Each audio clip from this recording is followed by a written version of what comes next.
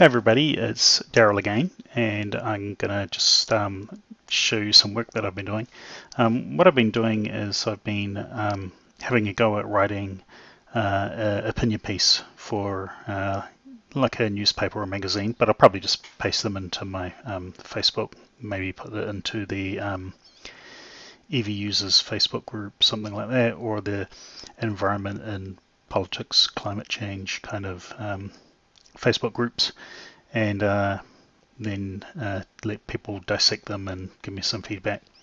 Yeah, so what I'll do is I'll just rearrange the windows on the screen, and I'll show you my document, and I'll read through it, and I might interject along the way and explain what I mean, or I might just read through it clear and then talk about it. We'll just see how it goes. Okay, so let's rearrange these windows. But we can move this. I'll put me here and bring my Mac desktop over. And I think that'll be okay, so people can read along as I read aloud, if that's what you're into. Okay, so this is based on is further feedback, and I'm trying to finalize not talking about this anymore because it's getting exhausting. So this is feedback on the hydrogen, a vision for hydrogen in New Zealand, which is a green paper put out by the government a few months ago, or a couple of months ago. And yeah, that every time I read it, it just it's not what I think people would actually want if they were asking for something. So in this in this document I wrote, I kind of compare and contrast it with electric vehicles versus hydrogen vehicles. So here we go, I'll just try and read it. So opinion: a vision for hydrogen in New Zealand that does not help New Zealanders. I read the recent government green paper titled A Vision for Hydrogen in New Zealand, which is primarily a piece of propaganda for hydrogen exports from New Zealand. My opinion is that it is misguided at best and economically disastrous think big project at its worst. For light vehicles, it's demonstrable that hydrogen fuel cell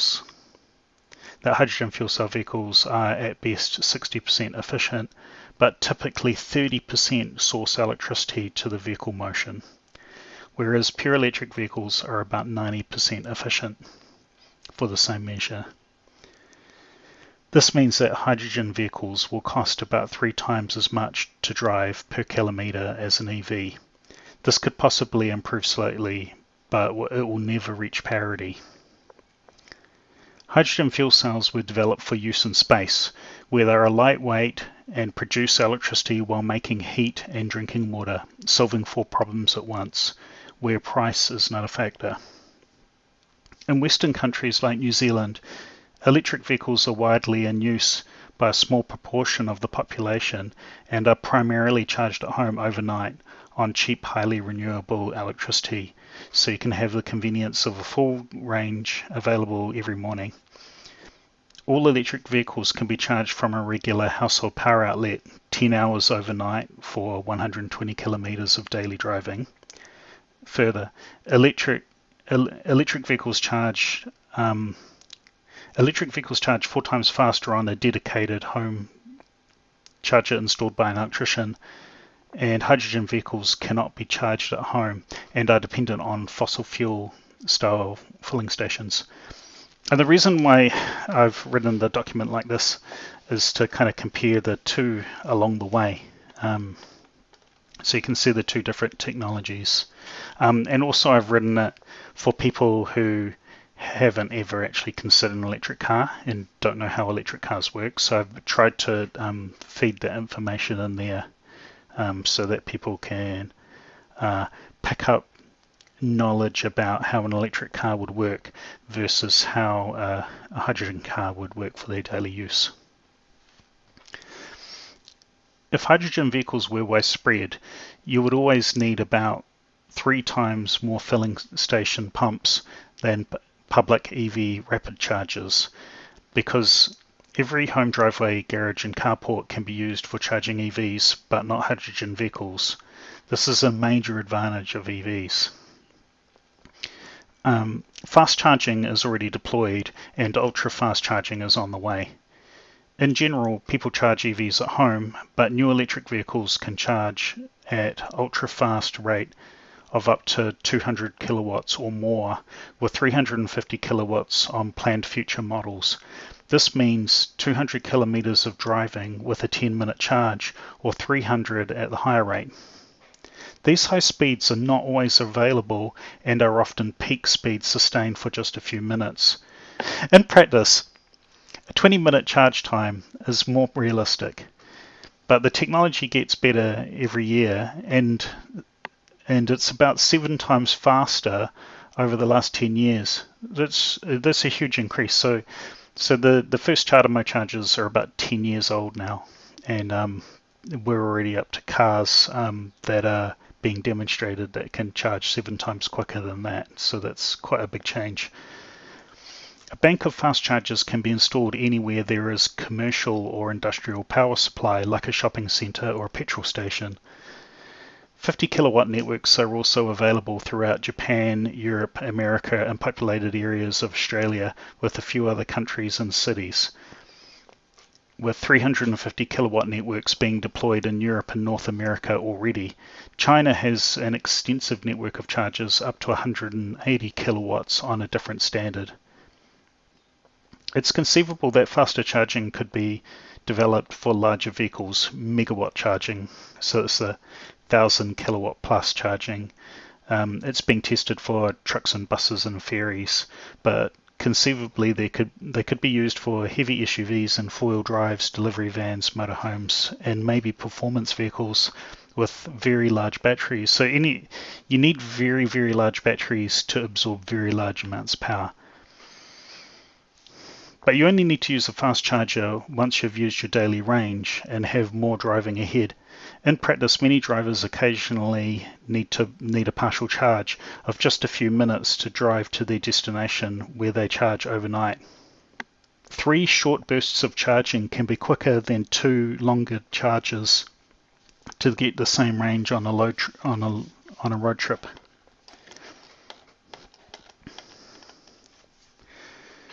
Currently, you can drive a hydrogen vehicle in Japan, South Korea, and some areas of Germany and the United States, and a few other locations. The filling stations are expensive to build and far apart, and service a limited number of vehicles per day, typically serving 5 kilograms of hydrogen, enough for about 600 kilometers of driving in 7 minutes. But currently, customers often drive out of their way for filling and face queues in busy locations. Recently, there was a problem with the hydrogen manufacturing in California, and there were a lot of people who just couldn't actually charge their cars at all. You get to the station and there would be 6 cars ahead of you, and you'd have to wait such a long amount of time because there was only one filling station within driving range for a lot of people.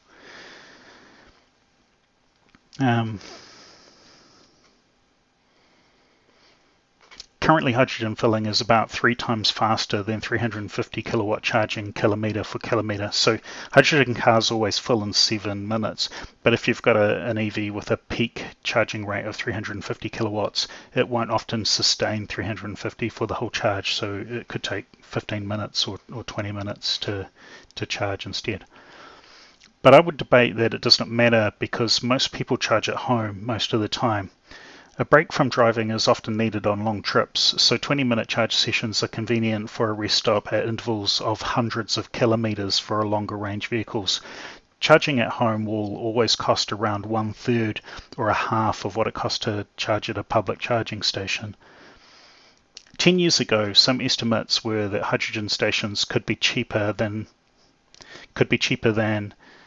fast EV chargers, even though a hydrogen station could be around 5 million New Zealand dollars to build, serving multiple cars like a petrol station. But as multi-vehicle EV chargers have become increasingly faster to charge and cheaper to build, I think that the that the economics and technology have moved in favour of EVs. Hydrogen supporters don't take into account in countries like New Zealand, where people generally charge off-street, charging at home. Charging at home can account for 90 to 100% of charging. I lent an electric car to my brother, and he never charged it any place other than his home, and he used it most days for most of his daily tasks. It's different in places like Europe and Japan, where people don't have garages and driveways and are dependent on public charging for EVs. But low-price street-side charging is used in Wellington here in New Zealand, and in the UK and Europe, displacing hydrogen's advantage there too.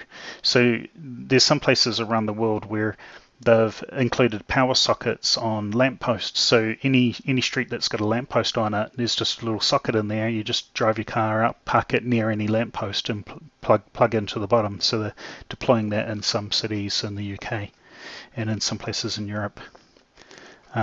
The street side chargers in Wellington are dedicated charging stations which charge 2 cars. I've made a video about that before. New EVs appear to be tending into product categories, 180 to 300 kilometer range commuter cars and 300 kilometer to 800 kilometer long range vehicles. This means that if you take a road trip in a commuter car, you can still drive 400 kilometers with 1 or 2 stops depending on weather and terrain, and you could take a 1,000 kilometer road trip in a longer range vehicle with only 1 or 2 charging stops. The vision. So the main part of the vision document goes off on this kind of really crazy scheme, which I just think most people would never suspect, because it's not what I thought of. It took me a while to find the underlying story.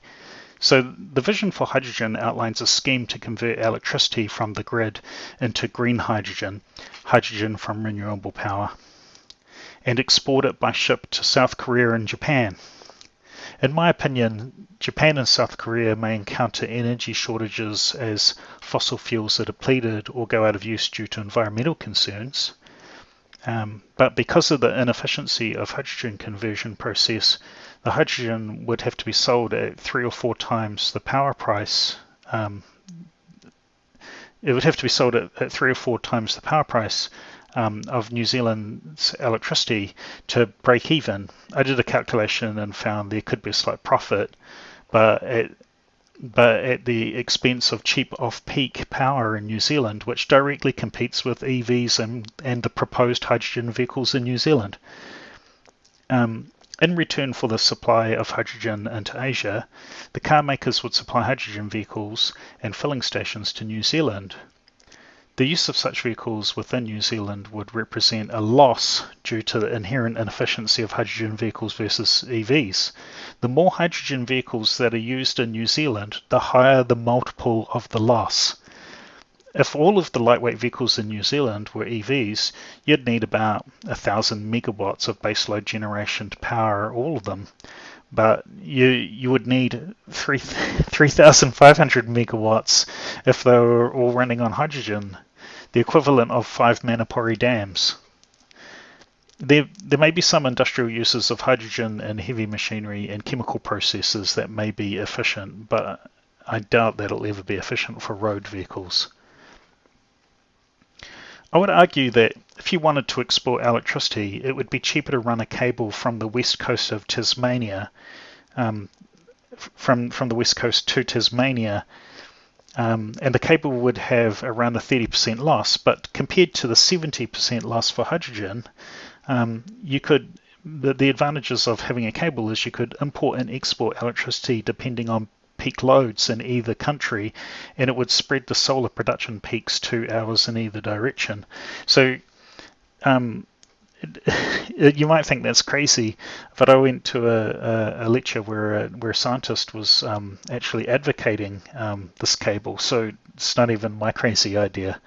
When I first heard about it, I just thought, oh, that would just be so expensive to build, and yes, it would be expensive to build, but the functionality of it would be amazing, because Australia, I don't know, in terms of time zones, is about, I suppose it's about 3 hours wide, and New Zealand to Australia is another 2 or 3 hours depending on daylight time.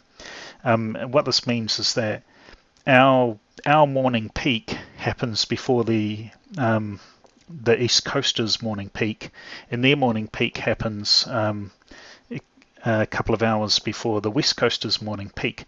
So if you actually join New Zealand right across to Western Australia, and you can shuffle power across and up and down the countries, that means that when it's midday in Australia and they're generating a huge surplus of solar power, a bunch of that power could be sold. It wouldn't need to be very much. It would only have to be like 10% or 15% of the power generated in Australia could come across to New Zealand, and that would feed New Zealand for our evening power demand.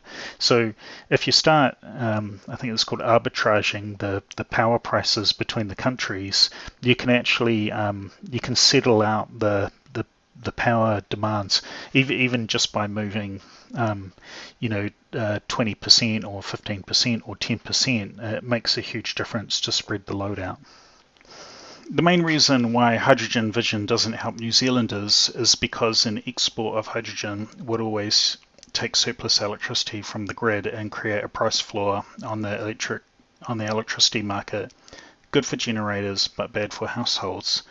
This would cut into discount overnight pricing, which makes use of EVs very economic for everyday Kiwi drivers. Hydrogen is the most common element in the universe.